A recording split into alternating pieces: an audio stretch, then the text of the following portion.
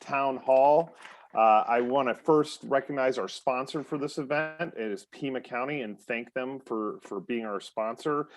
And for we may have some representatives from Pima County in the room as well. So thank you as well. Thank you, Southern Arizona. It's always impressive as we hear more people are coming into the room. I think this is the largest meeting I've been in. So thank you on that. And I want to also thank Vitalist Health Foundation for their support of the town hall as well. My name is Travis Leduc. I am also a town hall board member. In my we keep the titles out of the rooms, but I'm also the director of support services for the Tohono Nursing Care Authority in my day work, but I've been involved with the town hall now almost 6 years, and I've been a recorder at the statewide town hall and multiple times. So at this time, I'm going to turn it over to Tara, and she'll go ahead and continue on introductions. Thank you, Tara. Well, thank you so much, Travis. So my name is Tara Jackson. I know many of you.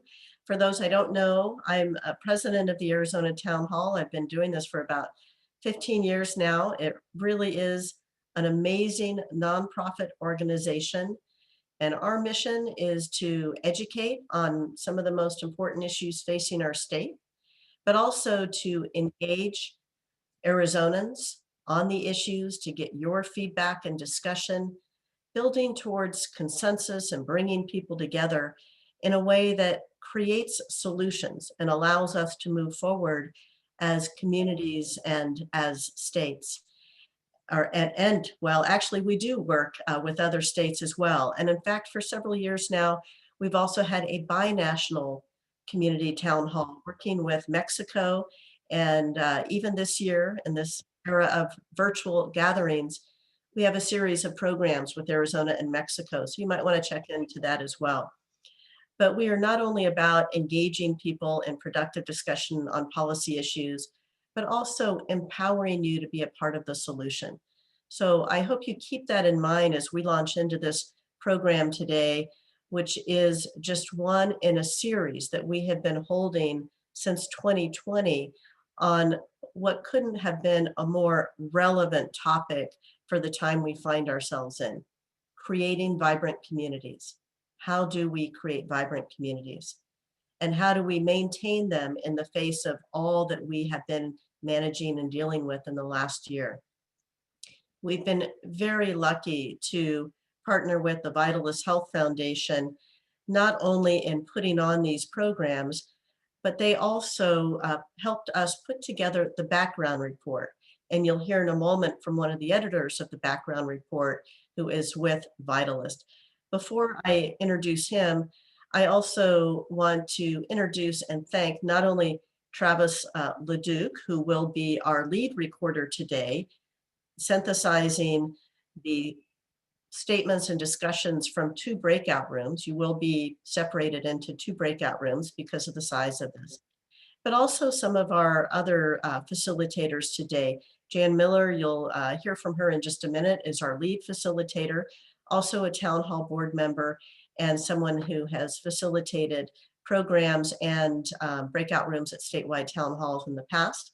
And then Evelyn Kasuga, our chair-elect, who will be facilitating one of the breakout rooms, as well as Kathy Hockey, a longtime volunteer who will be recording one of the breakout rooms. Not only is Southern Arizona strong in the room today with our volunteers, retired SRP employees are strong in the room today with Jan Miller and Kathy Hockey. So we have a lot of wonderful community volunteers who help us do this work. And now I want to turn it over to John Ford, who is Director of Strategic Initiatives at Vitalist, and who has been such an amazing partner in the last really more than a year, more like 2 years, in helping us not only to put these programs together, but to bring them to communities throughout the state. So without further ado, John, take it away. Good morning. What a group. Holy cow, you guys turned out in a huge number. Thank you so much for being here today. This is really, really exciting. I know many of you know what a great gift an institution town hall is. And really, really, really excited to have you all here to talk about vibrant communities. Okay, I know every single one of you read the entire 96 pages of the background report, right? Me too.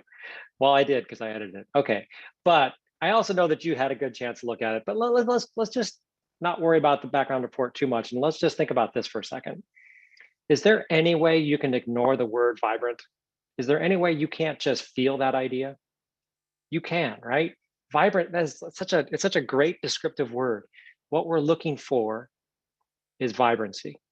And for those of you who have been in other town halls before, we like to think this one might be just a little bit different in that the town halls that have occurred in the past, not all of them, but some of them, have been very like, okay, let's dig into education. Let's dig into healthcare. Let's dig into housing, right? And there's been a trend over the last several years of town hall taking a more expansive view that is not just one sector. And this might be one of the more expansive of them all. In fact, I don't know, I'm not gonna put you on the spot, hopefully anybody at town hall, but do you guys have the wheel that you can put up? Anybody? Bueller, maybe? If you read the background report, there it is.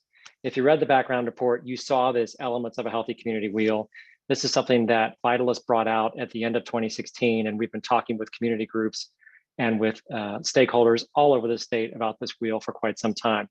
And it says elements of a healthy community, but it just as easily could say elements of a vibrant community. These are the things that need to work together in order for us to succeed at creating vibrancy. Folks who work with us in healthcare like to say, man, that's so cool that you put transportation and housing on either side of access to care and right across from quality, affordable food, because that all makes sense. And it really makes sense that economic opportunity is right next to educational opportunity, and it's right across from social justice and social and cultural cohesion. And we go, yeah, actually, we just laid it out alphabetically. The point, though, is this: they are all interrelated. And for us to succeed at educational opportunity, we have to also be talking about economic opportunity that it creates. And we have to be talking about social justice. And in order for us to succeed at access to care, we have to have good transportation and quality housing. We know that so deeply from our experience in COVID in the last year, how central housing is: safe, affordable, quality housing, accessible housing. So this is your task today. Your task today is to have a discussion at sort of a higher level about all of these elements and which of these elements are crucial and how do they interact with each other. And in thinking about those things, coming up with recommendations that we can take with us to the statewide town hall. So I think it's going to be a really fun day. I hope you do too. And thank you for being here, and thank you for engaging in this conversation. We really appreciate it. I think I'm turning it back to Tara. There we go. Thank you so much, John. And I want to encourage you, if you have any questions or thoughts, to use that chat room. Some of you are already saying hello to everyone, which is great. And feel free to use that throughout this time for any additional comments. So I referenced earlier, we had some amazing town hall volunteers who were going to help to facilitate the discussion today. And I referenced our lead facilitator, Jan Miller, who retired from SRP and has been wonderful at donating her incredible expertise and time to the Arizona Town Hall. I'm going to turn it over to her to describe how this process will take place. Jan?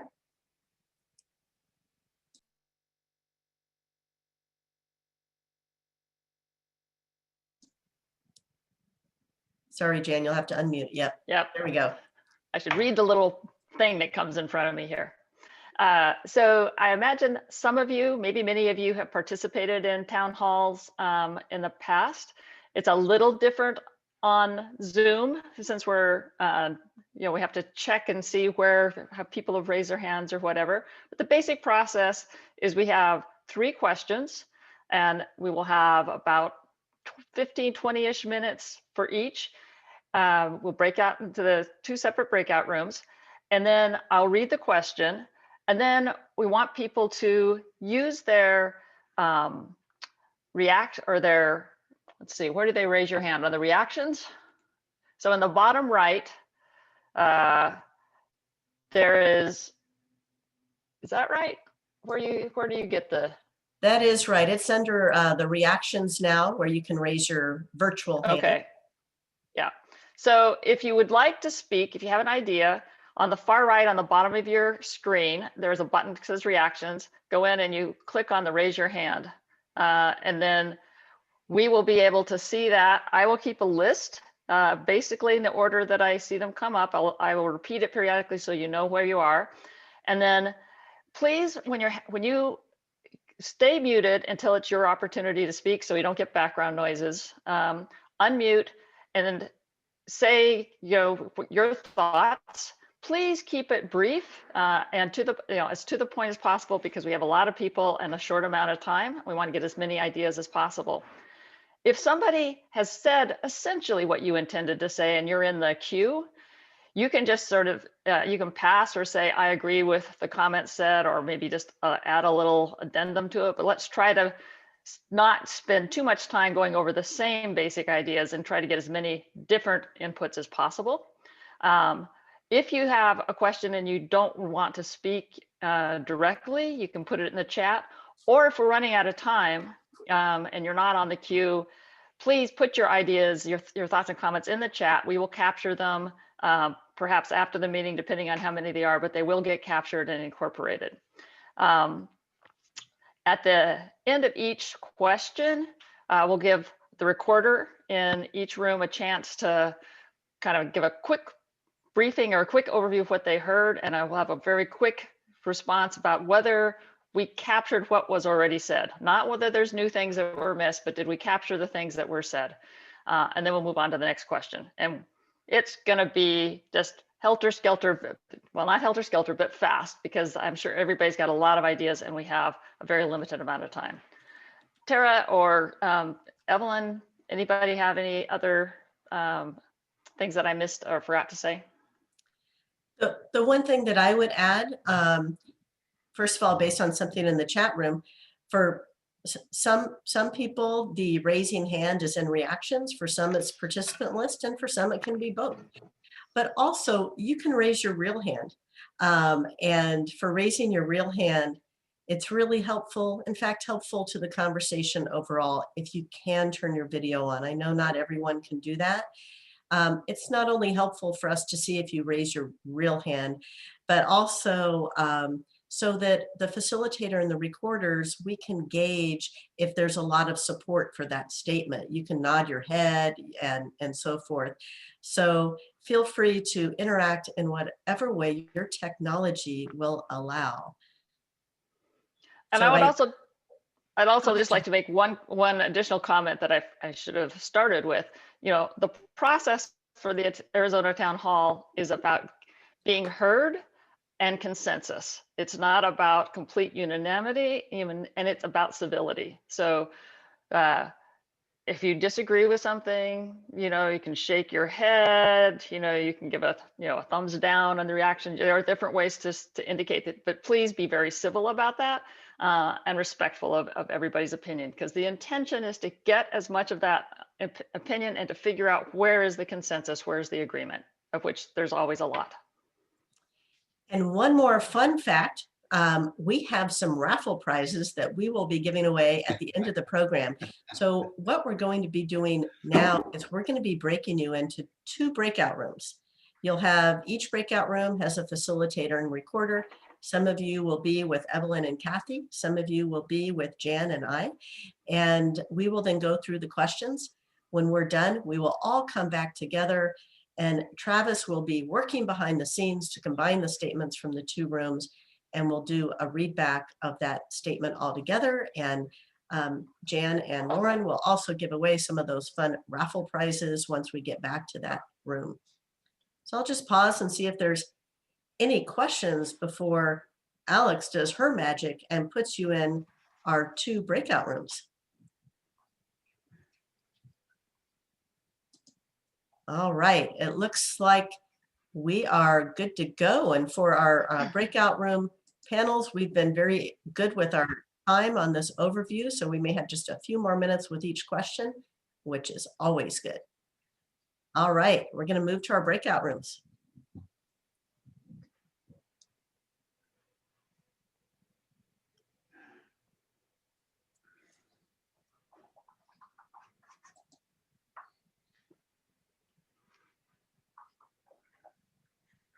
To those of you who are still in this main room, this is exactly where you're supposed to be. So don't worry if you're not moving anywhere. That's where we want you. And Jan, I'm going to go ahead and mute myself as you get started with the discussion questions so I can record. All right, Alex, are we all in?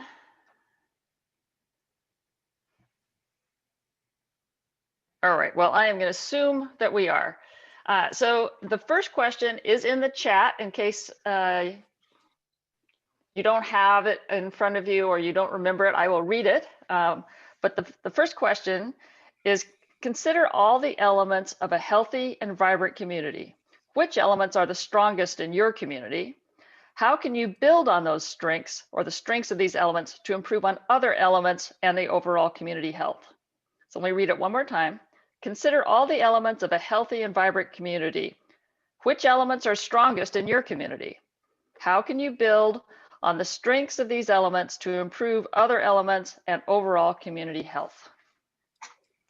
Okay, so please raise your hand if you have something that you would like to add to that question or an answer. What do you think are the strengths in your community, and how can you build on those to improve the health and vibrancy of the overall community?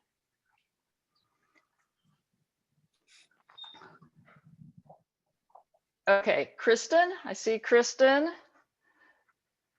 So everyone. It would be helpful if just one quick thing, it'd be also very helpful if people will use the reaction things. That's because there's a lot of people, I may miss people raising their hand.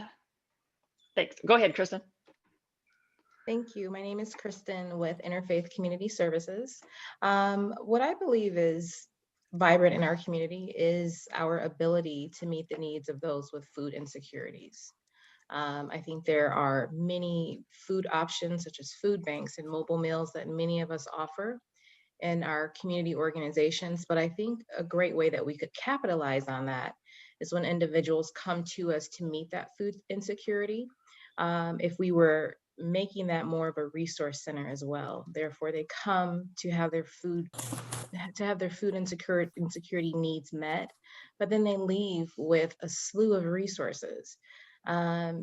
Maybe it's for financial resources, maybe it's to attend advanced care planning workshops, a ton of information that I think they don't realize that they need because they think a lot of the food banks that they are going to only offer food. So I think that's a great way for us to work together in sharing our resources at a common place of need for the community. That's great input. Who else has something they'd like to share?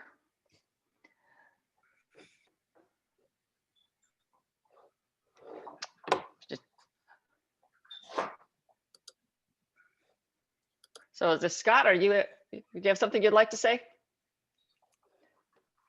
I saw Diane's hand go up first, but yes. So if Diane could go, that'd be great. That way I'm staying in line. Okay. All right, Diane, go ahead. Thank you, Scott. My name is Diane Kent, and I'm from the Pima County School Superintendent's Office. And it's kind of interesting that we have congruent responses, Scott. So I think this was meant to be. But in Pima County and in the school communities, one of the things that I'm so delighted about and proud of is our focus on relationship. And this is evidence right here that we do like to talk to each other. We do like to connect with each other. And I'm looking around thinking, there's many people in here I don't work directly with, but I get to relate with. So I say relationships. Thank you. Thank you. So I have Scott and then Joe.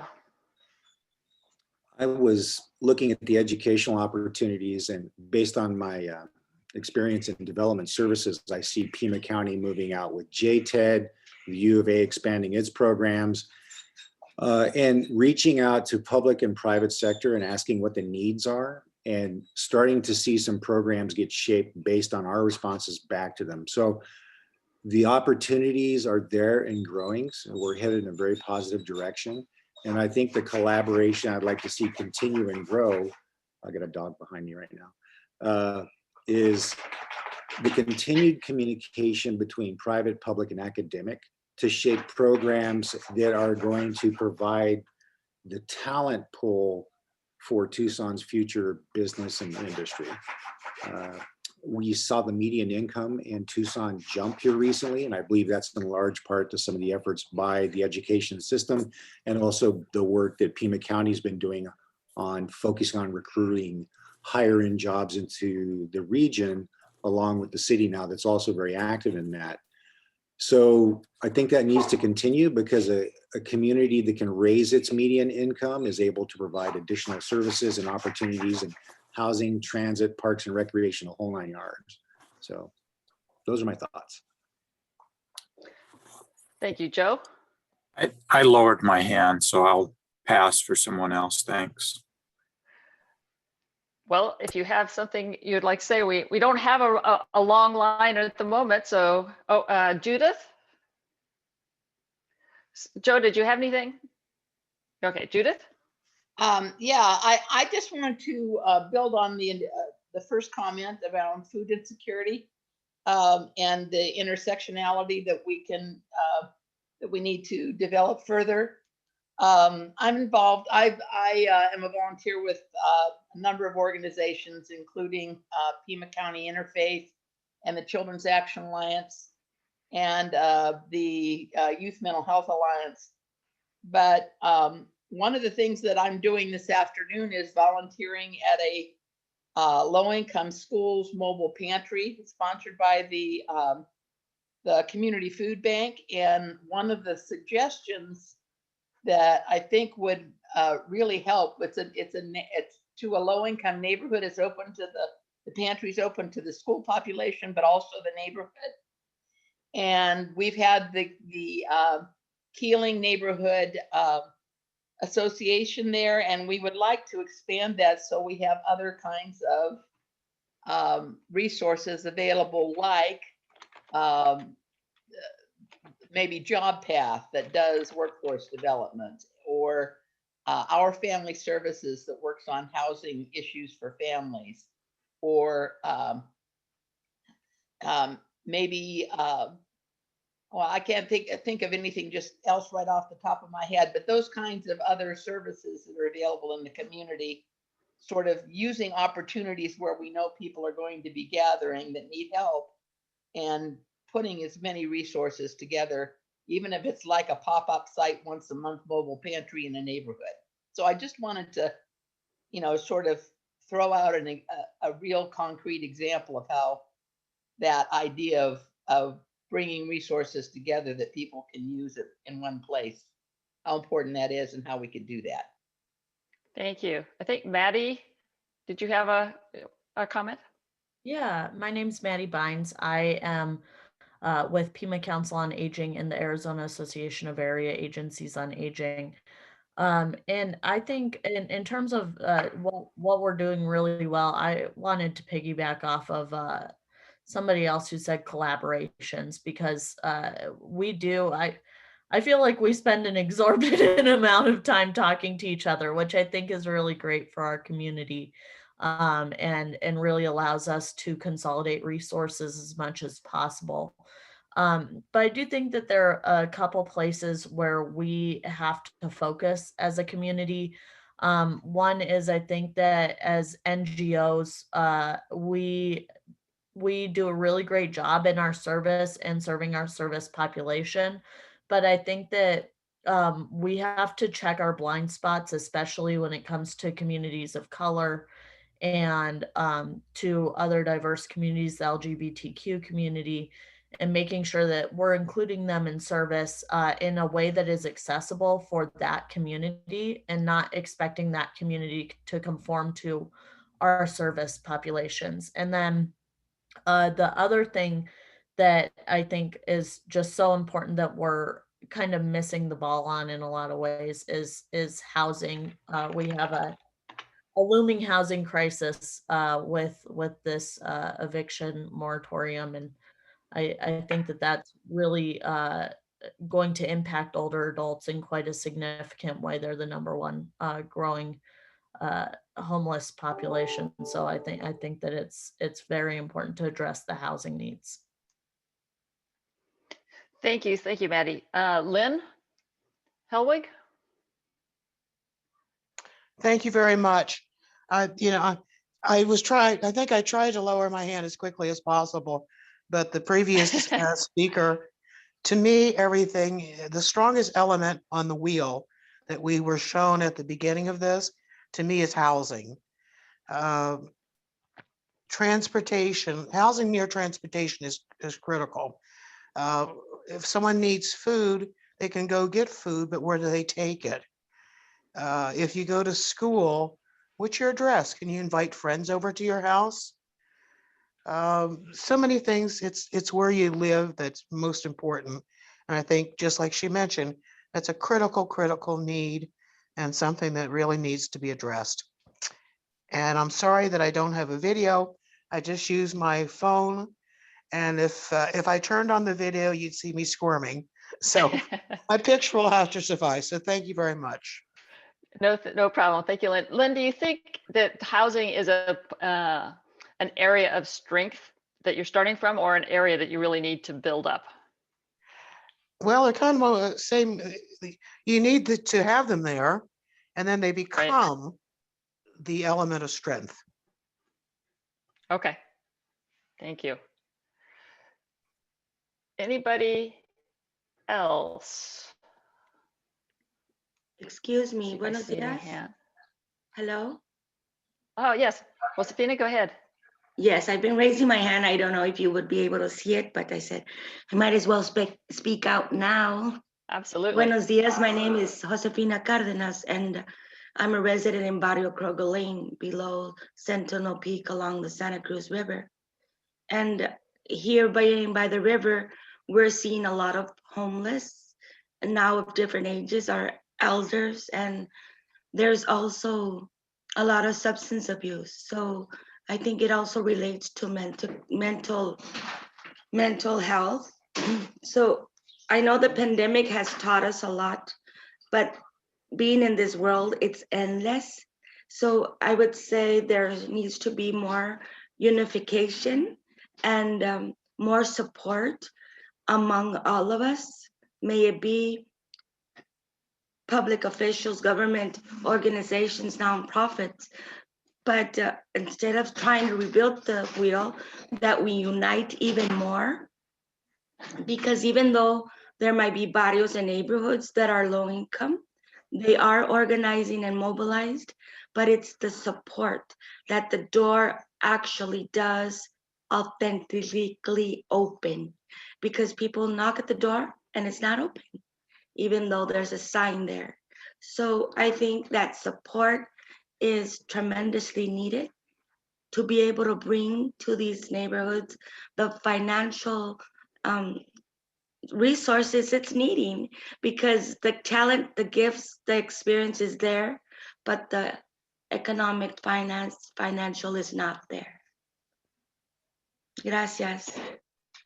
Thank you so much. I think Gigi.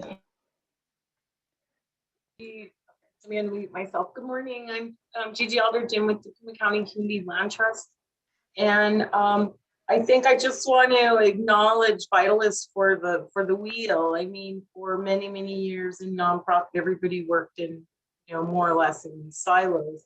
And that acknowledgement that all of the pieces are critical to a healthy community. And so I think I just really appreciate, I've worked in housing for many years, but none of it stands alone. And I think the heartening thing is, over these last years, there's a growing willingness to collaborate, and it's hugely important. And I think now there's this kind of nice synchronicity in town where many agencies are working on same issues, maybe from slightly different angles. We're working on, say, accessory dwelling units, and the city's also working on that. And AARP is also working on that, and different, barrio neighborhood organizations. So I think it's just really wonderful to see how we're coming together from different angles on same issues, and that collaboration, again, just echoing what everybody else said, is hugely important. Thank you. Appreciate that. Anybody else? I don't see anybody on the chat at the moment. Yeah, Bob Pungate. Bob, you need to unmute. All right, I'm now unmuted. Perfect. A couple of comments. It seems to me that starting with the definition of community, I tend to want to define a community as an elementary school and its environments. Because I have the feeling that we need to have a measurement system that we can individually identify with that lets us see progress we make, and we need to be aligned with other team members in making that progress. So I'm wondering if there is a methodology around the town hall model to create sub-communities of interest. Some people have food interest, some have housing interest, subsets of teams around individual pillars of prosperity, if you will. Do I make any sense? So are you suggesting, Bob, to use the town hall or to use sort of the town hall method with other groups that are working on things? I think trying to move the town hall method down to a community as defined by a school, an elementary school, would enable interest groups from that school's neighborhood to talk on the common issues that they face. And if we employed a common measurement system so that you could see whether you're making any progress, then you could generate team enthusiasm. Yeah. You know, it seems to me that we have to focus both on what our objective is and the process that we follow. And the town hall is a marvelous process, but it tends to get remote when you think about a neighborhood. Yeah. And if I go back to the de Tocqueville visualization of American exceptionalism, it's neighborhood.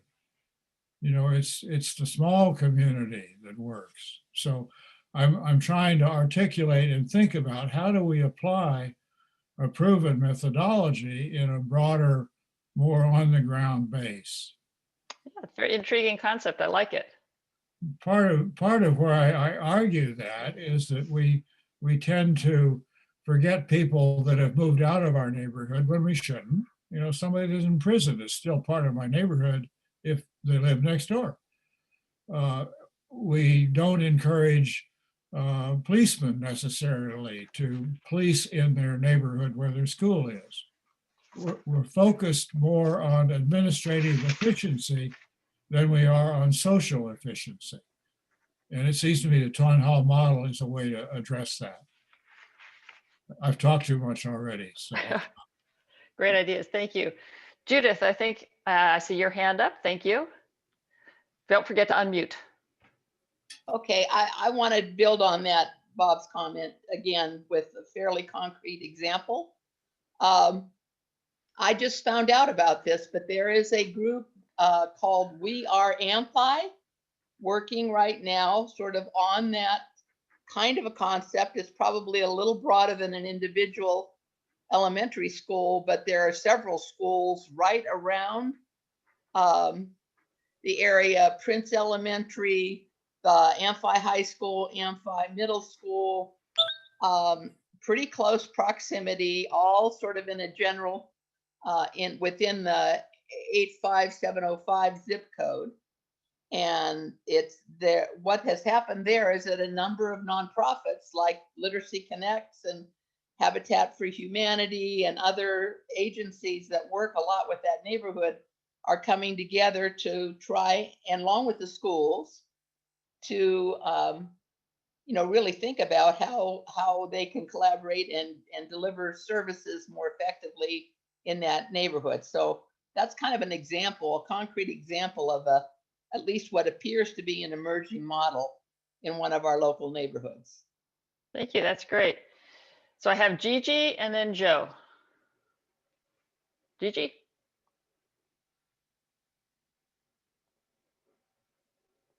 See, I already spoke. I don't have an additional comment. Okay, go for it. No, I don't have an. Oh, you don't? Okay. That was I'm behind on Let's my see. list. Joe. Thank you. My name is Joe, and I serve as the mayor of the town of Oro Valley. And I'm going to think more regionally than my own community, my larger community, which is Pima County. I think one of the real strengths of our community is our parks and recreation and outdoor recreation in general. And I say that because we have such a rich public lands that surround us from our Pima County parks, the various city parks. We have state parks. We have the federal lands. And so I think that's an incredible strength of Pima County and of our community. I think building on that, there's lots of opportunities to increase awareness about the environment, our role as stewards in the environment. There's health connections in terms of encouraging people to be more physically active. And we have some wonderful trails and bikeways. And so I think that's a very positive strength of Pima County. Thanks. Thank you. Anybody else? I see some thumbs up on that. I think there's some definite agreement. Anybody else? Tara, are you ready to read back? Tara, you need to unmute. Tara, Yes, I can read back. All right. In Pima County, we have a strong focus on relationships, collaboration, and connecting and communicating with each other. We can build on this strength by ensuring that we are being mindful of blind spots to diverse communities, such as LGBTQ, and by continuing to actively collaborate in areas where different organizations are working on the same issue. We may want to explore teams of organizations and people who are working on similar topics, perhaps using the town hall method, at local or grassroots community levels to have a greater direct impact on our neighborhoods. Pima County also has strong educational resources. We can use these to expand opportunities for future workforce needs by utilizing and expanding existing relationships between private and public organizations to build and support the talent pool for our future workforce. One of the strengths of our community is our ability to meet the needs of those with food insecurities. We can capitalize on this strength by making these gatherings a resource opportunity to meet other needs, such as financial planning, job services, housing, and other services that may help those in need. Pima County has rich public lands that surround and inhabit our communities. These assets provide opportunities for activity and improved health. Finally, the pandemic has exacerbated challenges with mental illness and housing. We can address these challenges better if we can come together more and collaborate to support those neighborhoods most in need. Thank you. Maddie, I think, has a comment that she would like to add or have added in there, or feels that we didn't capture. I just feel that one of the areas that is left out are communities of color and other marginalized communities. And I think it's great to include the LGBTQ community, as they are a marginalized community. But I think if we're talking about blind spots, not including communities of color in that statement would be a huge blind spot. I just added that in. Thank you for that. Anything else that anybody feels that we put out there that Tara didn't capture? And I will say thank you again, Tara. I'm always so impressed at our recorders. They take, actually you guys have a very coherent conversation going, but they take a lot of diverse ideas, and I always feel when I'm a participant that they make me sound a whole lot better than I think I probably did at the time. So thank you, Tara. Anybody have any additions that, or not so much additions, but things that we covered that you think weren't included in her report, please, in the chat or raise your hand.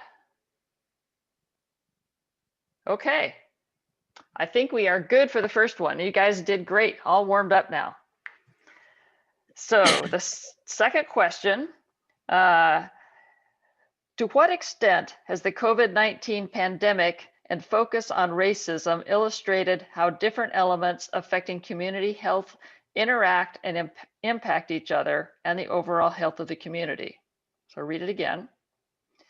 To what extent has the COVID-19 pandemic and focus on racism illustrated how different elements affecting community health interact and impact each other and the overall health of the community?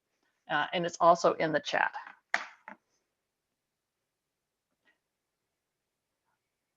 Sure, there's lots of things to talk about there. Who wants to get us started?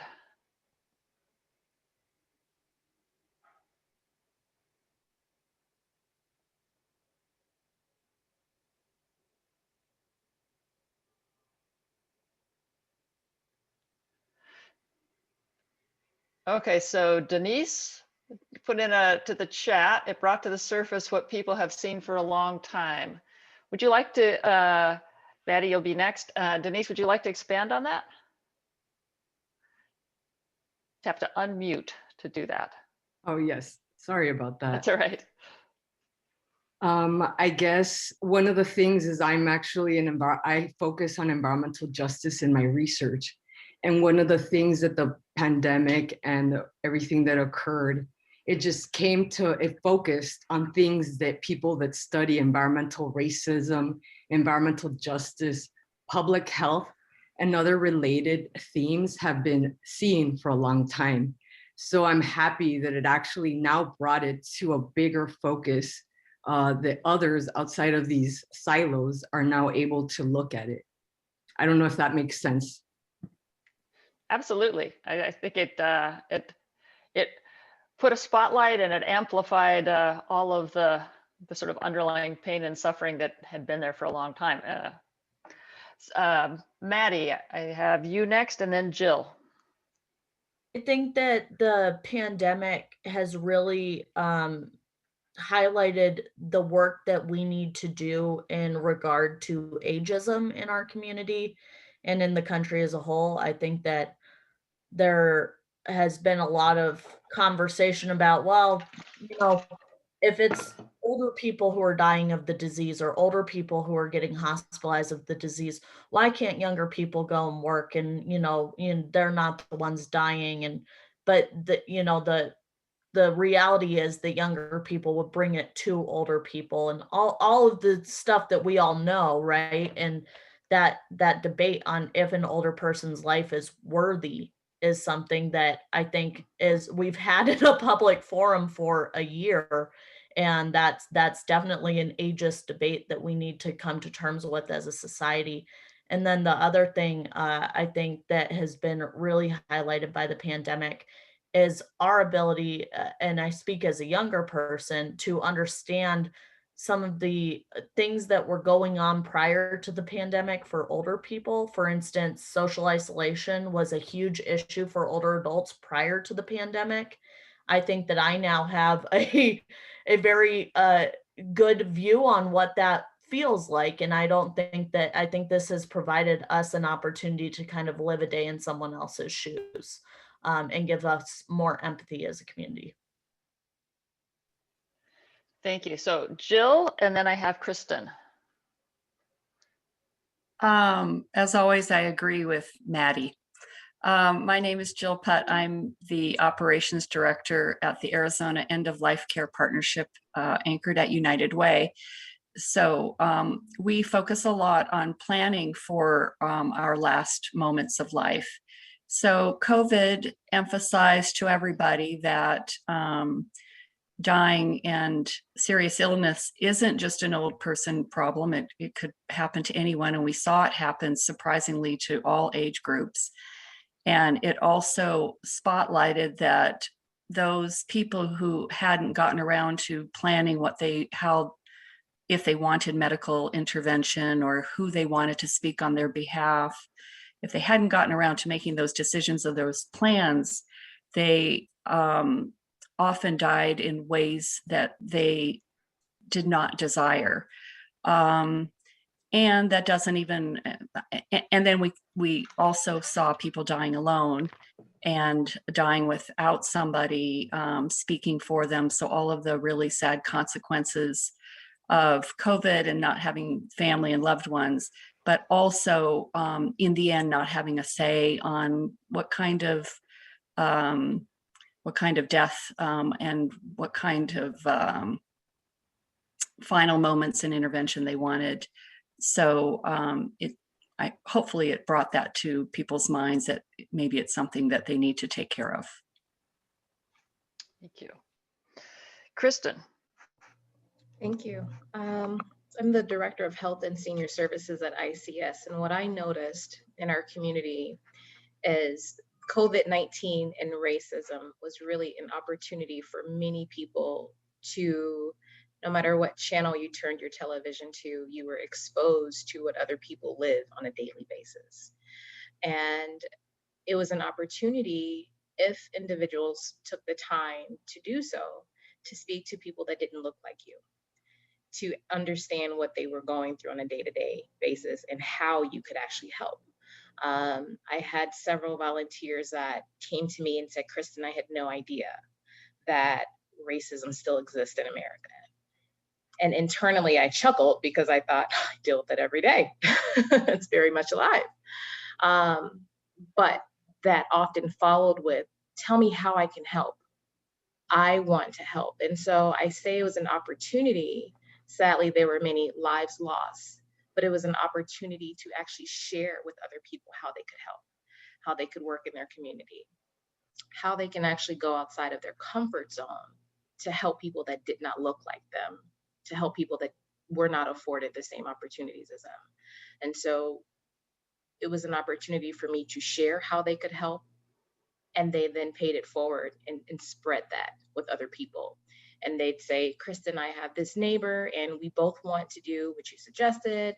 And we're taking this to our church and we want to do this and we want to do that. And so it was an opportunity for those that actually took the time to understand and take in what they were seeing on the television, including even with COVID-19, how there really isn't an equal opportunity in the healthcare system to minorities. And that's something that many people may have heard of, or maybe it went in one ear and out the other because they really didn't understand it. And so COVID-19 and racism really did go hand in hand as far as opportunities for those that wanted to help to get outside of their comfort zone and do so. Thank you. Nicole? Hi, my name is Nicole Barraza, and I'm Director of Governance and Outreach at the Southern Arizona Leadership Council. I think COVID brought to the forefront the need for childcare. As schools closed down and a lot of childcare centers, I think became more visible the importance of childcare in order for working parents to return to work. And going forward, I think this is still a major topic in getting our workforce back, and in terms of the numbers of unemployment are directly linked to this childcare issue. Thank you, Nicole. So that made me think of, as soon as you said childcare, made me think of schools, which made me think of internet and just connectivity.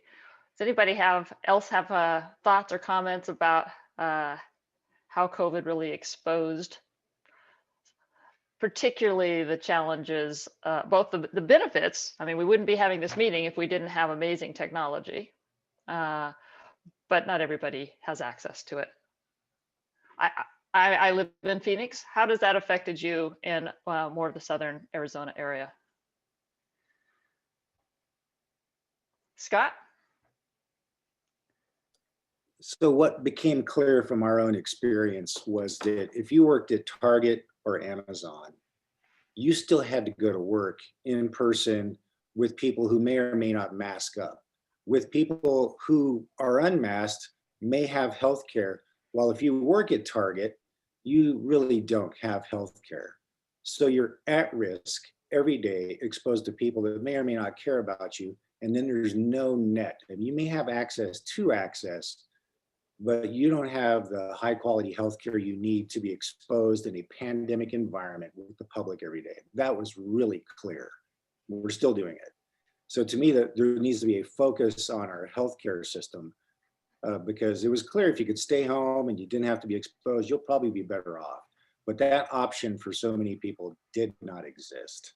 And so if something comes out of this, to me, it's a push towards a much better healthcare system, and requiring employers, if you're going to require these people to come to work, then you provide healthcare. It's part of the deal. So I've got a stepdaughter and a son, had to go to work every day through this stuff. We were worried about them every day, and we were worried about them bringing it home to, my wife has asthma and she is also A positive, and my mom died from COVID. So this was a drag. And so I'm still mad about it, because it wasn't just the racism here. It was the economic inequities. If you had money, keep going. If not, you're going to suffer through this. It was the educational inequities. If you could read and think critically, you were going to read what the CDC was saying. You were going to pay attention to the better advice coming out. If you didn't have a good literacy rate, and of course this affects community colors significantly, you might be buying more into the Fox News crap that was coming out and dying because of it. So it's not just racism, it's education, it's healthcare, it's economic inequality. And yes, they all tie back together, but if we're going to require people to work in a pandemic, then healthcare is part of the gig. That's my viewpoint on this. Thank you, Scott. So I've got Bob, and then Maddie, you have a comment in the chat that I'll let you comment on, then Judith, and Diane. Bob? Okay, I think I'm unmuted. I'd like to pick up on what Scott said in the healthcare area. In the early 1900s, the physicians decided they wanted to separate primary care from public health. And so public health, which didn't earn any money for the profession, was turned over to the government. I don't think we would have had the trouble with COVID that we've had if we had left the public health function with the primary care position, and if we had further decided that we really needed universal primary care in a geography.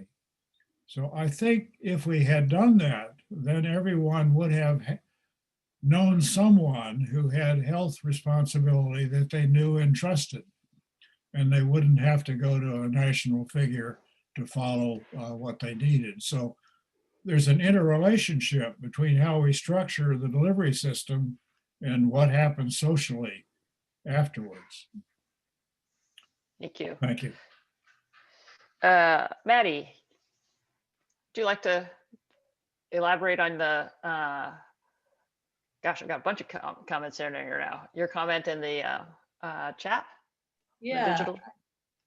Yeah, I had two comments. One about the digital divide.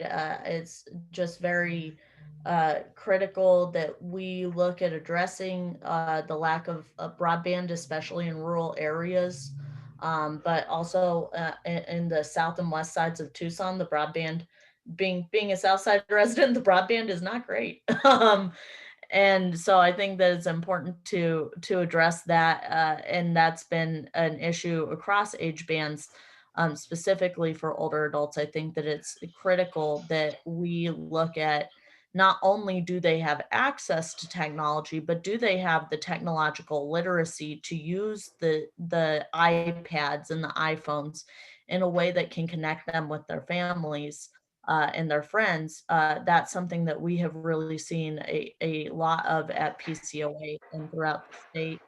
And then in terms of my other comment, I think that it's important that we begin to address the disparities in the direct care workforce. These are minimum wage workers who are taking care of our disabled and older loved ones. And it's a thankless job. And there's like 60% turnover, 70% turnover in the workforce, which means we can't actually hire enough direct care workers to take care of an aging population. Older adults are the fastest growing portion of the population in Pima County. So it's critical that we jump on the direct care workforce issue. Thank you, Maddie. I have Judith, then Diane and Kristen. Judith? Yeah, I wanted to, before I retired, my background was in healthcare management and public health.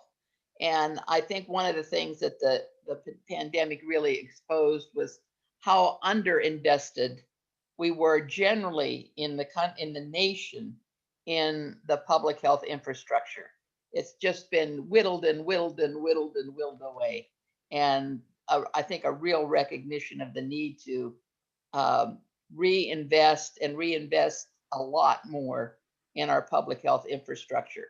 On the other hand, I have a very positive comment about Pima County in particular, because I think we're extremely fortunate here in terms of our public health department in Pima County to have very strong, very qualified leadership in Dr. Garcia and Dr. Cullen. I think they're probably the strongest public health leaders in the state, surpassing our state health department in terms of the quality of their leadership. Thank you, Judith. So Kristen had made a comment in the chat. To Scott's point, it should be an opportunity for managed care entities to partner with essential employers to get that coverage that he was talking about. Diane, you had some comments in the chat. Would you like to voice those and add anything else? Thank you, Jan. I think my comments have been represented through the conversations already presented. Thank you. Okay, great. Let's see.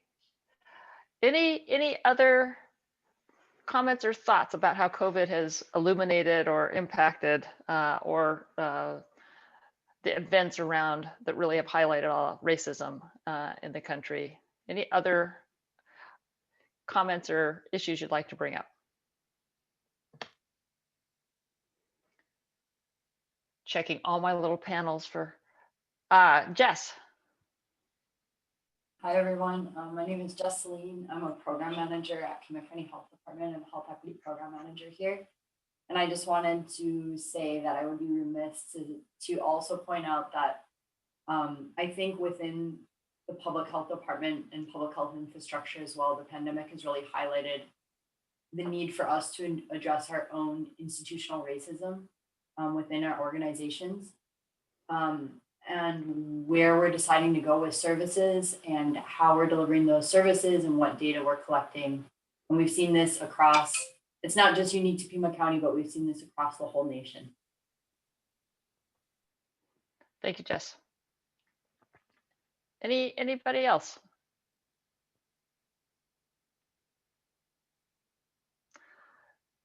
Okay. Tara, how are you doing? You need a minute? You have to unmute. I had multiple computers going, so figuring out the unmute. Yes, I can read something out. Now, I have not had a chance to look at what's in the chat, so we can always add those items later if there are significant items that came up in the chat. The pandemic brought to the surface what people have seen or experienced for a long time. Specifically, it brought to light issues of racial injustice, social inequities, ageism, the isolation experienced by many older people, and issues surrounding dying. The pandemic highlighted significant work that needs to be done in all of these areas. With respect to racism, COVID and other events raised awareness of the continuing presence of racism and created opportunities for more people to go outside of their comfort zone to help people who might look different from them. It was an opportunity for those who took it to see how they could be a part of the solution. We need to use this opportunity to also address institutional racism. The pandemic further highlighted the need for quality childcare and the need for broadband internet availability to all communities. It also highlighted inequities in our healthcare system, especially for those frontline workers who had to continue to go to work to pay the bills and did not always have the educational resources to know how to respond to the risks of COVID. The delivery system for healthcare, which separates public health from individual providers, exacerbated problems. We need a better system to support direct healthcare workers. While Pima County is blessed with good leadership in the public health arena, the pandemic clearly demonstrated that we need to invest a lot more in our public health infrastructure to avoid future problems like what we experienced with the COVID pandemic.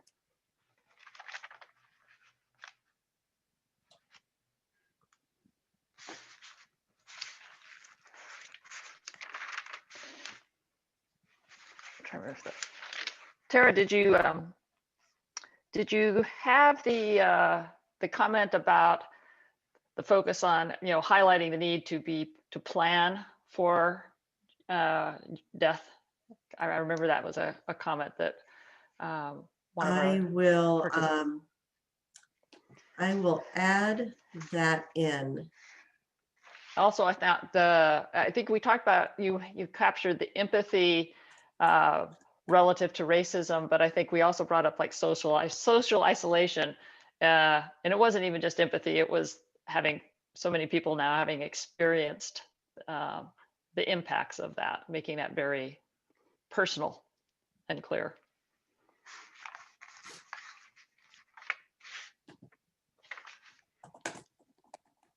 Okay, I'm adding in notes for both of those.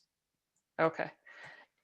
Anything else that anybody remembers that was covered that we didn't capture? Do people generally agree? Put thumbs up. Does it sound like a captured in everyone's in general agreement that these are appropriate consensus statement? All right, see lots of thumbs up. Oh, Judith, was that a thumbs up or you want to talk? I wanted to say there's a couple more comments in the chat related to housing and the pandemic exacerbating that we didn't really capture in the, so I wanted to just refer you all to those comments. Right, we're doing pretty well. Let me just read, see if I capture the, so here's one from Gigi. Those who were already housing challenged before the pandemic were even more so afterward. Multi-generational families who lived in close quarters often had no way to isolate sick family members. And then there was, the pandemic has illuminated our need for in-person connections within families and communities, are how we operate and how isolated how isolated we felt when we couldn't be together or until we accomplished, my thing is jumping all over. I think people are adding comments. All right, well, I think we will go back and we will be sure that we capture those in, and those are all very good comments. Okay. Take a little stretch break. We're narrowing in. We have one more question. And we probably touched a little bit on this, but being really trying to be as specific as possible, what are the most important actions that should be taken to make your community healthier and more vibrant? Who should be responsible for taking them? So again, what are the most important actions that should be taken to make your community healthier and more vibrant? who should be responsible for taking them?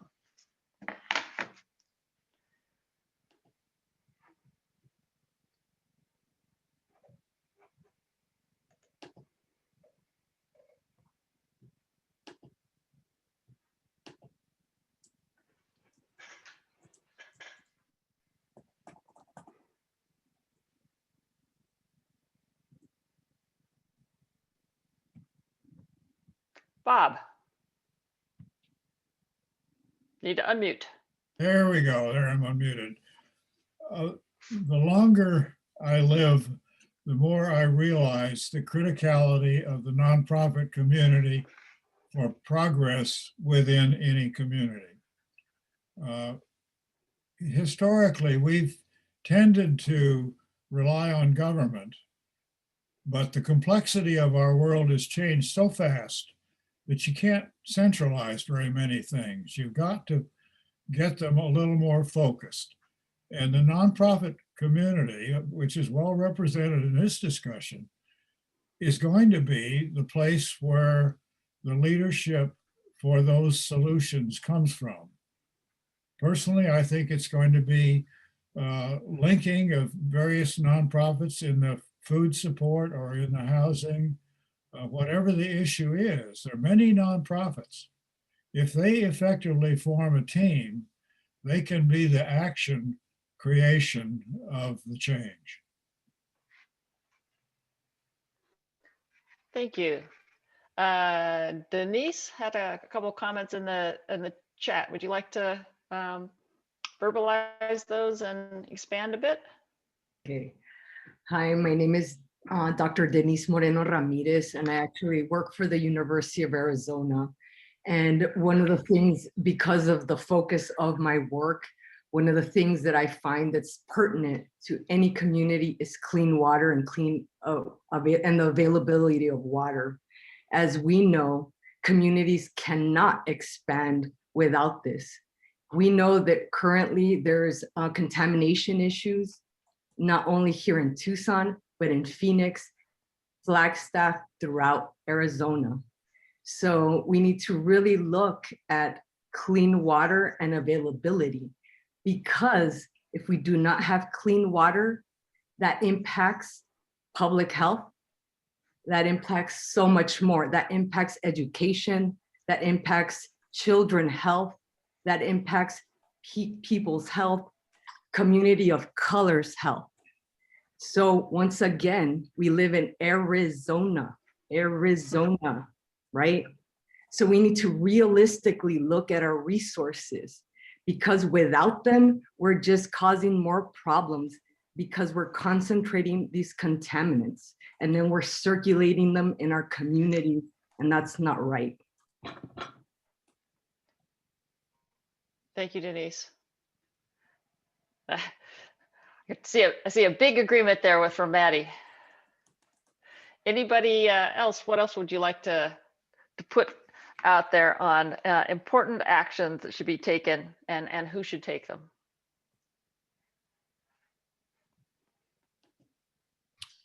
Ken Briggs, then Maddie. Yeah, thank you. I'm just following up on what Bob said.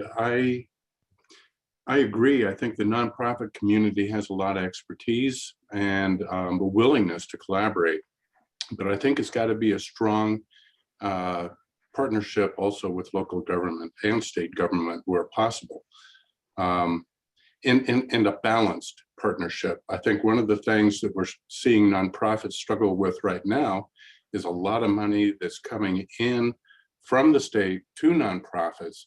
They've got to go through this grant making process. They've got to go through, that can be onerous at times, with strings attached and with all kinds of requirements and compliance kinds of things.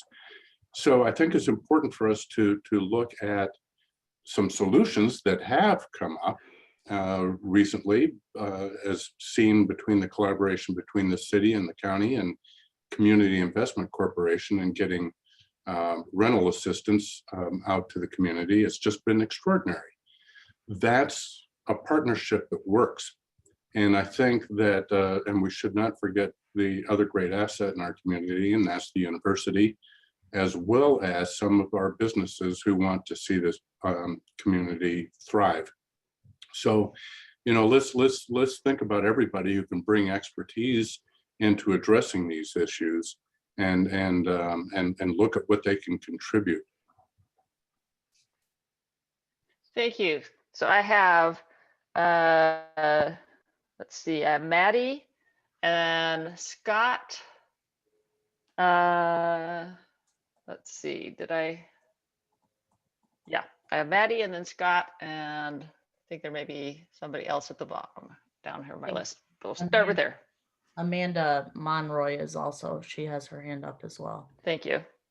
I mean, Ken really took what a big part of what I was gonna say is we in the nonprofit world want to do our best, but we can't do it without resources. I think we're in a very resource-rich environment right now with all the stimulus funding that has come into the community, but that's one-time funding. That's not going to address long-term systemic issues. And so we need to work on the federal and state level for ongoing appropriations for these programs, and we need to make a much more concerted effort in that regard. And then I also wanted to say that we need to work on climate resiliency. And I don't think that climate resiliency is something, I mean, climate change is something that we clearly need to work on as a community and as a globe, but climate resiliency is addressing the changing, like we're going to have a warming Earth. So what are we going to do if there are mass power outages, or what are we going to do if we don't have enough water, and how are we going to take care of those most vulnerable among us? Oftentimes those people who end up dying in natural disasters are older adults. And so it's so important for us to plan for that and make sure that we're addressing climate resiliency. Thank you, Maddie. Who do you think should be focusing on that or leading that? I don't know. I'm just pointing out the problems today. It spreads across a lot of different areas for sure. Government, nonprofits, private corporations. I think all of these issues are community-wide issues, and they all take a cross-sector community-wide involvement to help solve. So I don't think the onerous dealing should be placed on any one of these nonprofits, businesses, government. I think that it's on all of us to play our part. Great. All right, Scott. So what I'd like to see us sustain or continue to be an action we take are these digital town halls. And what we've experienced in our sector, and I'll give you a little bit of background. Typically, prior to the pandemic, we'd hold a public meeting or we'd do an open house. I knew the names of the people in that meeting who were coming to that meeting because I'd seen them in every other meeting we'd held for 5 or 10 years. Same audience, and expressing generally the same views. What we found with the digital town halls, we got much more diverse audience in terms of age, in terms of race, in terms of economic background, and it led to much more vibrant discussions and better informed decisions. And I think the ADU project is a really solid example of that. A typical public forum for that would probably draw 20 people to the meeting. We had over 200. And we ended up in this middle ground where no one's exactly fond of the proposal, but nobody exactly hates it, which in government is called the sweet spot, right? So that digital town hall format is going to lead to the ADU project moving forward to the Planning Commission and then City Council, because a product has come out that most people have said, we can live with that. Don't love it, but we can live with it. I think it's important we continue to do these town halls because you are getting this broader cross section coming to these discussions, and it's leading for much better discussion and better informed decisions. So that's what I'd like to see us continue. Climate resiliency, I think, is the #1 topic we should be addressing, because if we don't, the rest of our conversations will be kind of moot. Yeah. So I have Amanda and then Judith. Hi, everyone. Can you hear me all right? Yeah, okay. Hi, my name is Amanda Monroy. I'm over at the County Health Department for Pima County. And I just kind of wanted to echo, I totally agree with Maddie and Scott.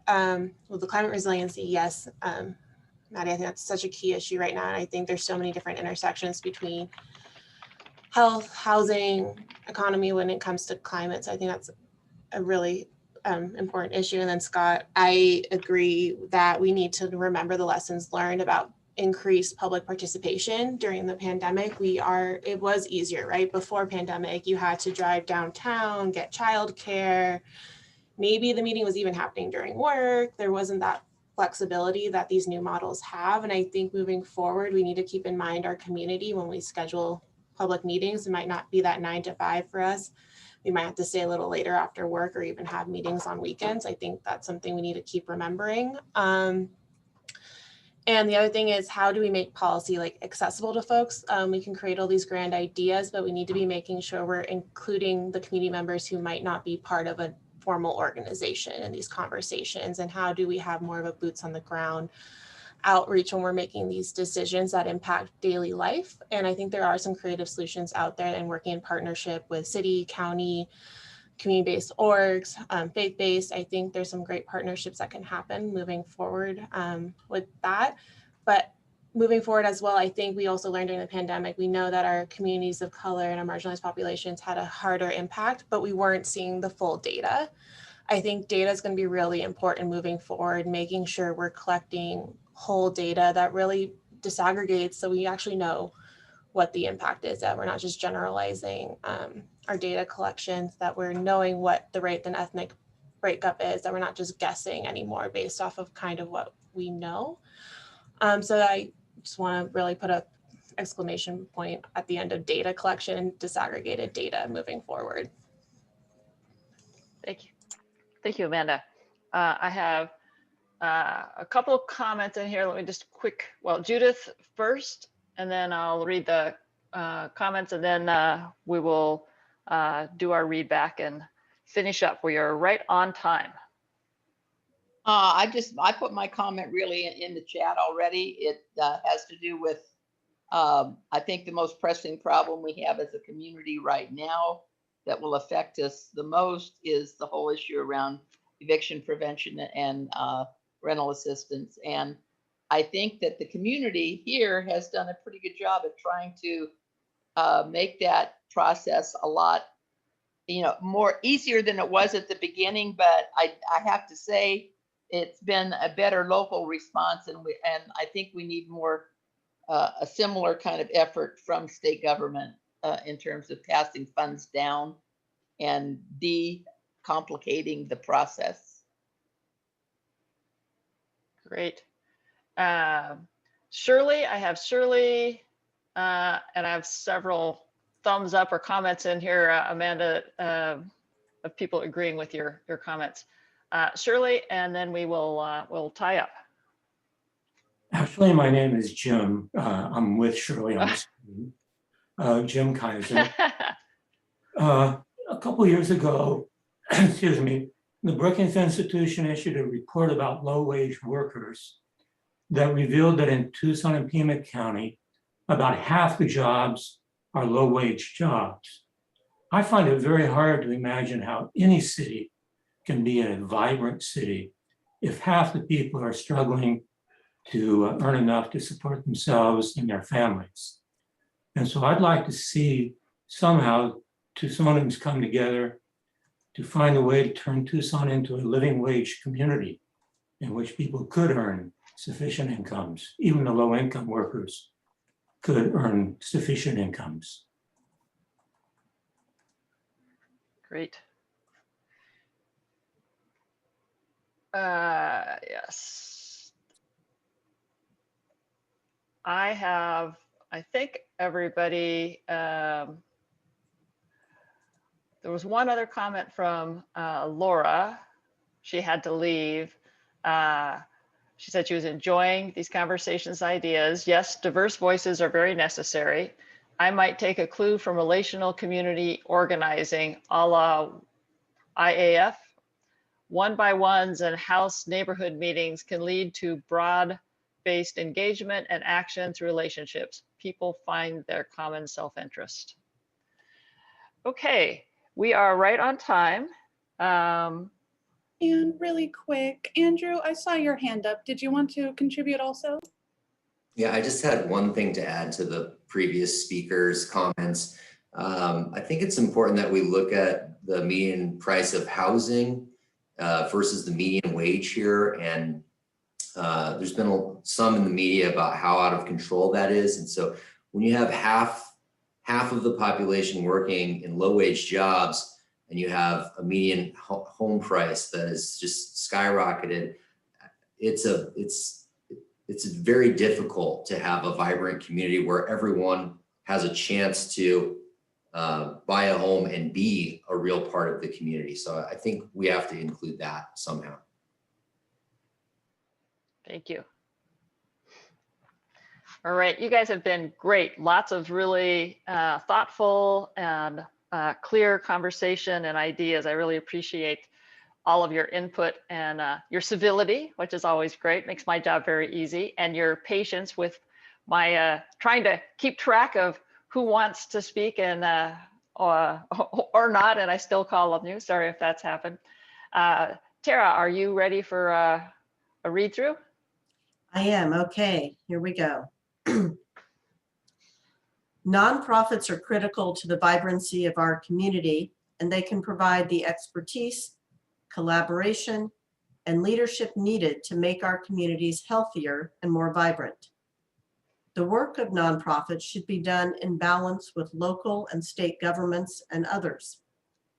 It's important for us to look at solutions that allow for effective collaborations between all these groups. It's also important for us to ensure that nonprofits have the resources needed to do their work. We need to address climate resiliency, addressing the warming of the earth and how to ensure we have enough water and can take care of those who are most vulnerable to climate change. Related to this is the need for clean, available water for all of our communities. If we do not have clean water, it impacts community education and health. These are community-wide issues that require community collaborations with nonprofits, businesses, governments, and individuals. We need to address the difference in housing costs and wages and explore how to turn Tucson into a living wage community. Virtual or digital town halls have allowed us to engage more diverse people and to come up with solutions that allow for better discussions and solutions. We should continue to utilize digital town halls as part of our continuing efforts to engage a broader, more diverse community. We also need to be sensitive to community members who may not be able to be a part of these discussions and reach out to them. There are opportunities with faith-based and other organizations for partnerships in this area. Finally, collecting data that allows us to see the impact on marginalized communities is essential as we move forward. I think somebody's dog approves. I don't know if that's yours, Tara, or somebody else's. That's mine. My landscaper, of course, is here, and my dog's making sure to protect the environment. So, yeah. Anything that we talked about that didn't get captured? There are a couple of comments in the chat that I think we've touched on, but there may be some other things in there that we will add. But in the dialogue, the conversation, anything that Tara didn't capture to your satisfaction, please raise your hand or just unmute and speak.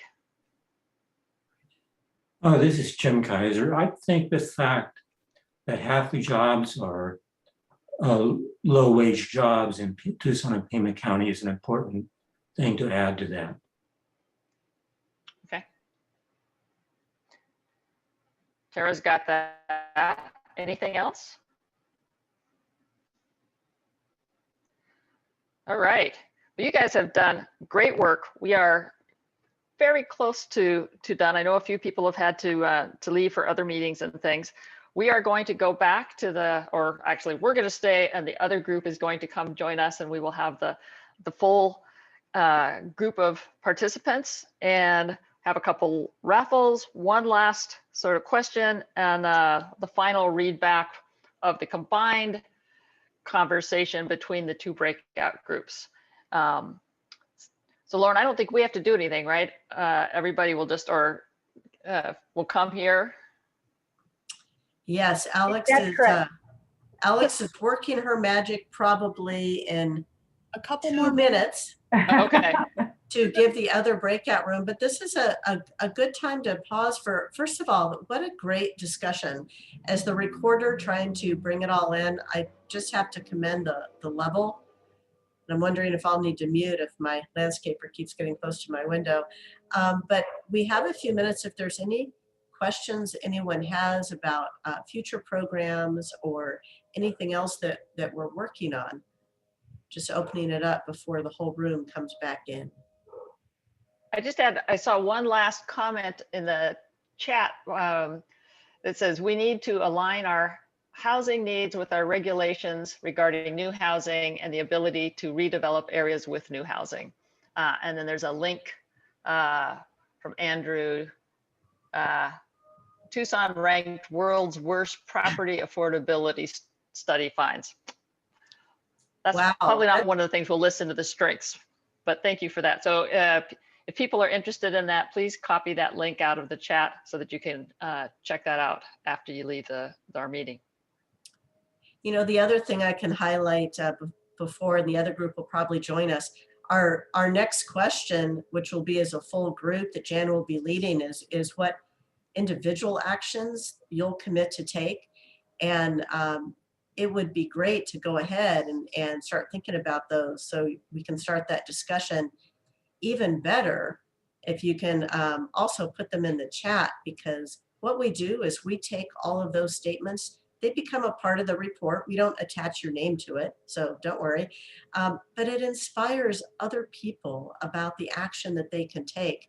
And that really has an impact in these published reports to get just ideas of, it might even be just talking to your neighbor or reaching out to a neighbor who's socially isolated. Those are really helpful. So something you can think about even now. And one other thing I'd like to add also, Tara, is just to remind all of you, some of these conversations are difficult conversations to have, which is exactly where we at the town hall come in. So don't hesitate to reach out to the Arizona Town Hall if your community or your organization needs to have these kind of facilitated discussions that will allow people to share their opinions, and you'll find the consensus that's going to make you find solutions that will fit the majority of what the issues are. All right, everybody. The other group is ready, so they'll be joining us now.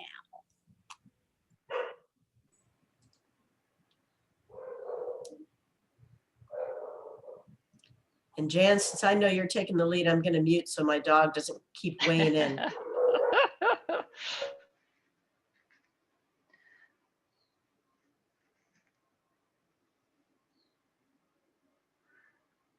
So Alec, you'll tell me when we've got everybody in. Everybody should be back in this room. A couple people might be coming back from a brief break, so they might be trickling in a moment too. Okay. All right, well, I want to thank everybody. I hope that the other breakout group had as a stellar a dialogue as we did in ours. The very thoughtful conversation, very civil, lots of great ideas. I know I learned some new things. And being in the Phoenix area, it's always nice to hear some things and get perspectives from different areas of the state. So we have we have a couple raffles. So let me start off with that. I'll give everybody a little break. But let me tell you what the next part's gonna be. The final question is, what one action will you commit to take? So be thinking about that. We will also ask if you're willing to put it in the chat. We will ask for people who would like to share it. But if you put it in the chat, as Tara just mentioned in our breakout group, we take those. It is part of the report, and it really makes a difference. It personalizes it for people who are reading it. It gives them ideas of things they can do. It's anonymous. We don't attribute it to any particular person. And if there's anything in a comment that might attribute it to somebody, we change that so it doesn't. Be thinking about that. And as you're thinking about that, Lauren, I believe we have some raffle prizes. Yes, we do. Thank you very much to Travis. Okay, so the first one is a polo courtesy of Travis. He can expound on it and or show it if he has it convenient. I won't put you on the spot there, Travis, but let's see who these are. And you have to still be present to win. Elaine Beckerer, Becherer, Elaine. Hi there. Thank you so much. What a surprise. I never That's awesome. Elaine, I never win raffles. Well, I will private message you if you want to send me the mailing address to which you would like that sent. We can take care of that. That would be awesome. Thank you so much. Will do. Should I keep going or do we wait for a little bit? You can do one more, Lauren, because I think you have 3 total, right? Yep, I do. Okay, so the next one is also courtesy of Travis. This one's a t-shirt. And Linda Dingle, D-I-N-G-L-E. Linda? She must have just left us. You have to be present, so Linda just lost out. How about Jim Murphy? Oh, there's Jim. Awesome. Thanks, Jim. I will private message you and get your address and where you would like that sent. And then we'll sit tight until the conclusion and we'll do our last one, which is a $25 Safeway card. Thanks, everybody. Woo! Okay, so I understand that the other breakout group has already put their I will statements in the chat room and have that conversation. So let's, if you haven't done that and you're willing to, please put them in the chat. And I would be really thrilled if we could get a few people to share them to the group as a whole. So if you'd like to share, put that in the chat or raise your hand or do something to get our attention.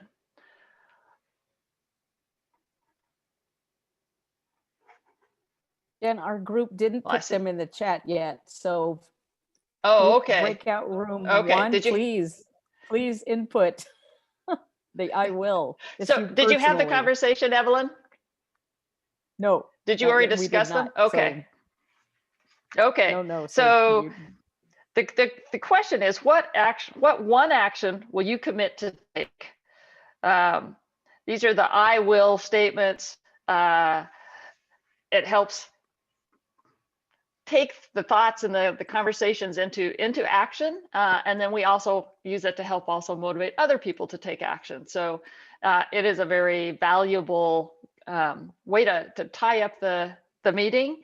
And if you can put those into the chat, we will be able to capture them. And if some people would like to share them, if not, I can read some without attributing them so other people can hear it without having to try to go read through everything. Does anybody have one they'd like to share themselves? Or if you do, just unmute, since there's a lot of people I can't quite see. I may not catch everybody.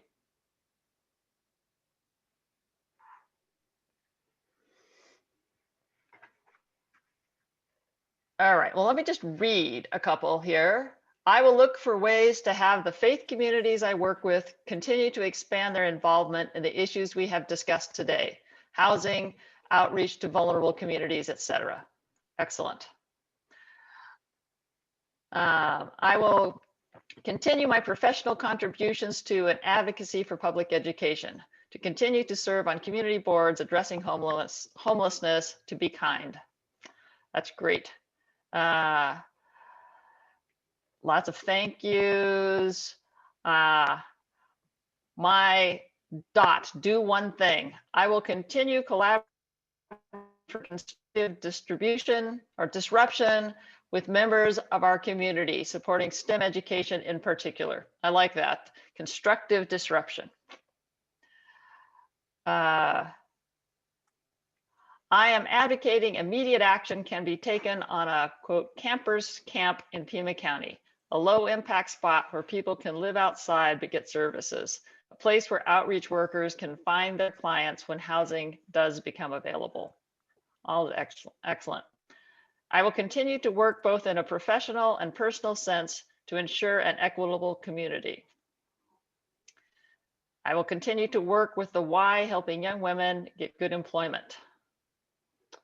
I will push for the adoption of the Legatum Index of Prosperity as a unifying measurement system to show progress over the 32 variables which underlie prosperity. Continue to organize at a grassroots level in our barrio and use our nonprofit to reach out to possible partnership to bring in resources to our multi-generational families. And one more, continue our mission to prevent homelessness, working with our community partners. Anybody want to just add one themselves? Last opportunity. If you do, just unmute and go ahead and share with us. Okay, I think everybody's tired. They've been talking and sharing, and they're ready for the read back and the last raffle item. Let's see, Travis, how are you doing? Are you ready for read back? All right. Well, let's do the read back, and then we'll finish up with the last raffle item.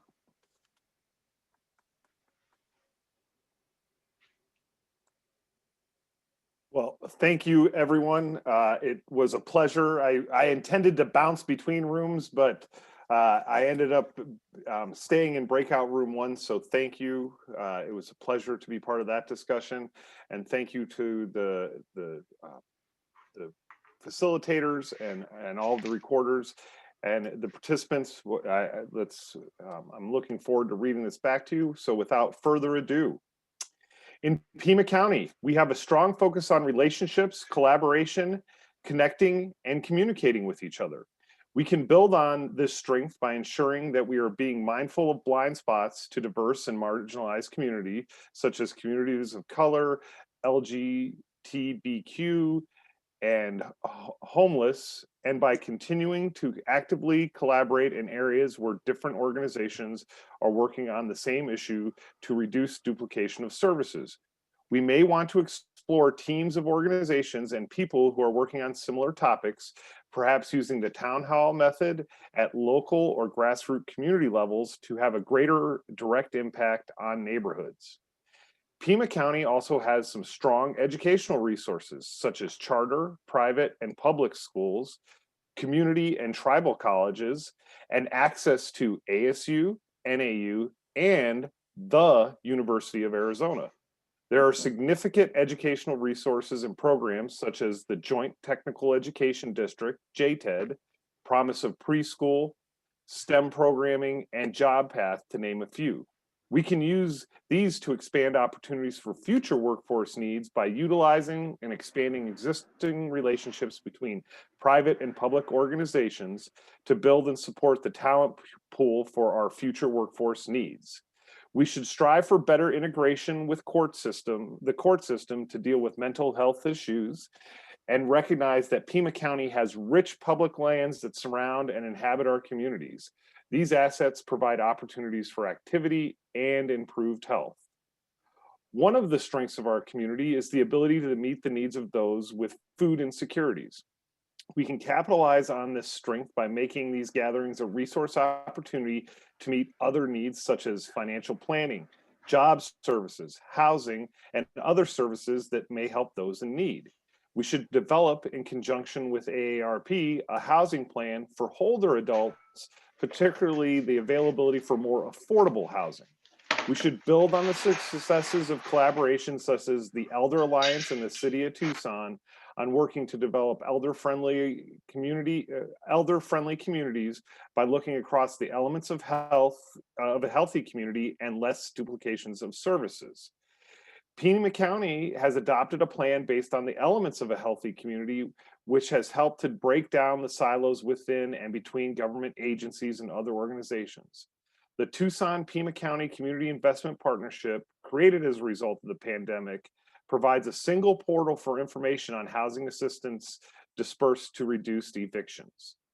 The pandemic has exacerbated challenges with mental illness and housing. We can address these challenges better if we can come together more and collaborate to support those neighborhoods most in need. We need to increase and improve staffing at our agencies because we're also facing burnout of staff. The pandemic has taught us that housing people in hotels helps people by giving them a sense of dignity by having a personal space. The need for more people working in social services became obvious in the pandemic, and it's not limited to that, especially as other businesses raise wages, and despite constant funding, it is still difficult to compete for staff. The pandemic brought to the surface what people have seen or experienced for a long time. Specifically, it brought to light issues of racial injustice, social inequities, ageism, and the isolation experienced by many older people, and issues surrounding dying and life planning. We need to better plan for death and address social isolation. We recognize that the digital divide was obvious as a result of the pandemic when it comes to accessing services, participating in telehealth visits, and other information. We also acknowledge that the digital divide applies not just to students and to teachers, both as an access and affordability issue. With respect to racism, COVID-19 and other events raised awareness of continuing presence of racism and created opportunities for more people to go outside their comfort zone to help people who might look different from them. It was an opportunity for those who took it to see how they could be part of the solution. We also need to use this opportunity to address institutional racism. The pandemic further highlighted the need for high quality childcare and the need for broadband internet availability to all communities. It highlighted inequities in our healthcare system, especially those frontline workers who had to continue to go to work to pay the bills and did not always have the educational resources to know how to respond to the risk of COVID-19. The delivery system for healthcare, which separates public health from individual providers, exacerbated the problems with COVID-19. We also need a better system to support direct healthcare workers. While Pima County is blessed with good leadership in the public health arena, the pandemic clearly demonstrated that we need to invest a lot more in our public health infrastructure to avoid future problems like we experienced because of COVID-19. The pandemic also exacerbated issues with access to housing. Those who were housing challenged prior to the pandemic were even more so after the pandemic. Stable housing is critical for healthy communities. Nonprofits are critical to the vibrancy of our community, and they can provide the expertise, collaboration, and leadership needed to make our communities healthier and more vibrant. The work of nonprofits should be done in balance with local and state governments and others. It is important for us to look at solutions that allow for effective collaboration between all of these groups. It is also important for us to ensure that nonprofits have the resources needed to do their work. We also need to address climate resiliency, addressing the warming of the earth and how to ensure we have enough water and can take care of those that are most vulnerable to climate change. Related to this is need for clean, available water to our communities. If we do not have clean water, it impacts the community education and health. There are community-wide issues that require community collaborations with nonprofit, business, governments, and individuals. We need to address the difference in housing costs and wages and explore how to turn Tucson into a living wage community. Half the jobs in Pima County are low-wage jobs. Virtual or digital town halls have allowed us to engage more diverse people and come up with solutions that allow for better discussion and solutions. We should continue to utilize digital town halls as part of our continuing efforts to engage a broader and more diverse community. We also need to be sensitive to community members who may not be able to be part of these discussions. There are opportunities with faith-based and other organizations for partnerships in this area. Collecting data that allows us to see the impact on marginalized communities is essential as we move forward. The pandemic has highlighted significant work that needs to be done in all these areas.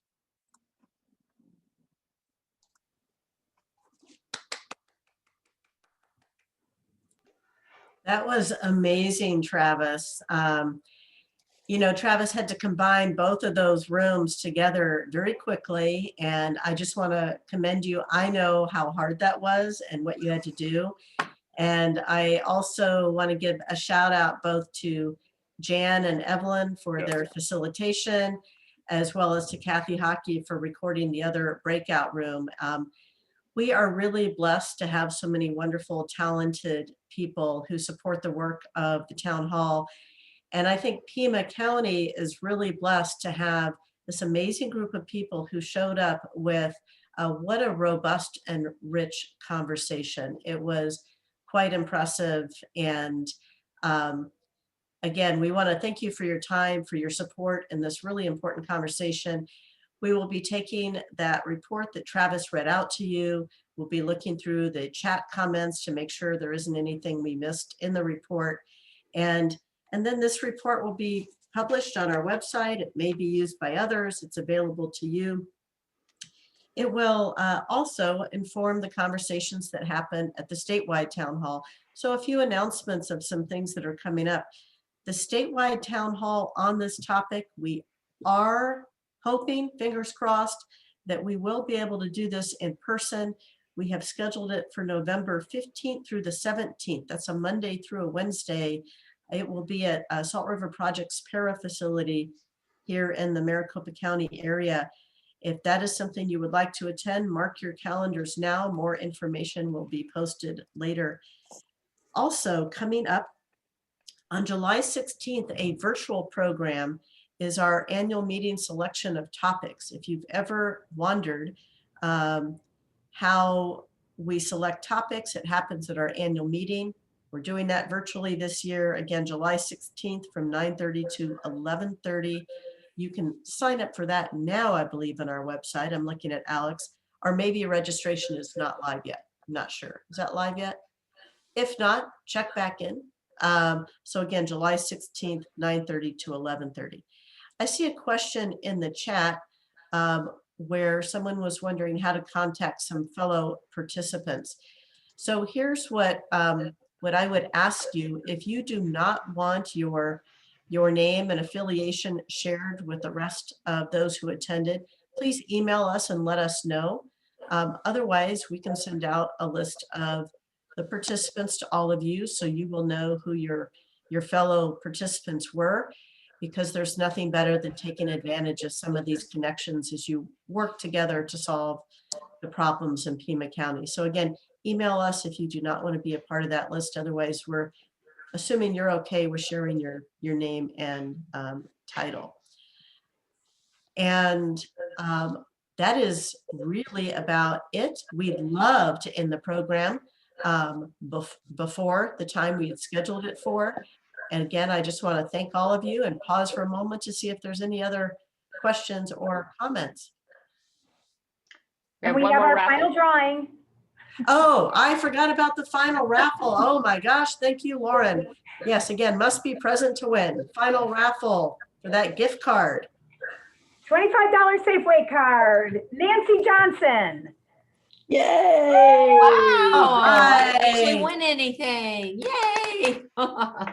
Well, Nancy, thanks again for sticking with us to the end here, and make sure you get your address of where you want that sent to us.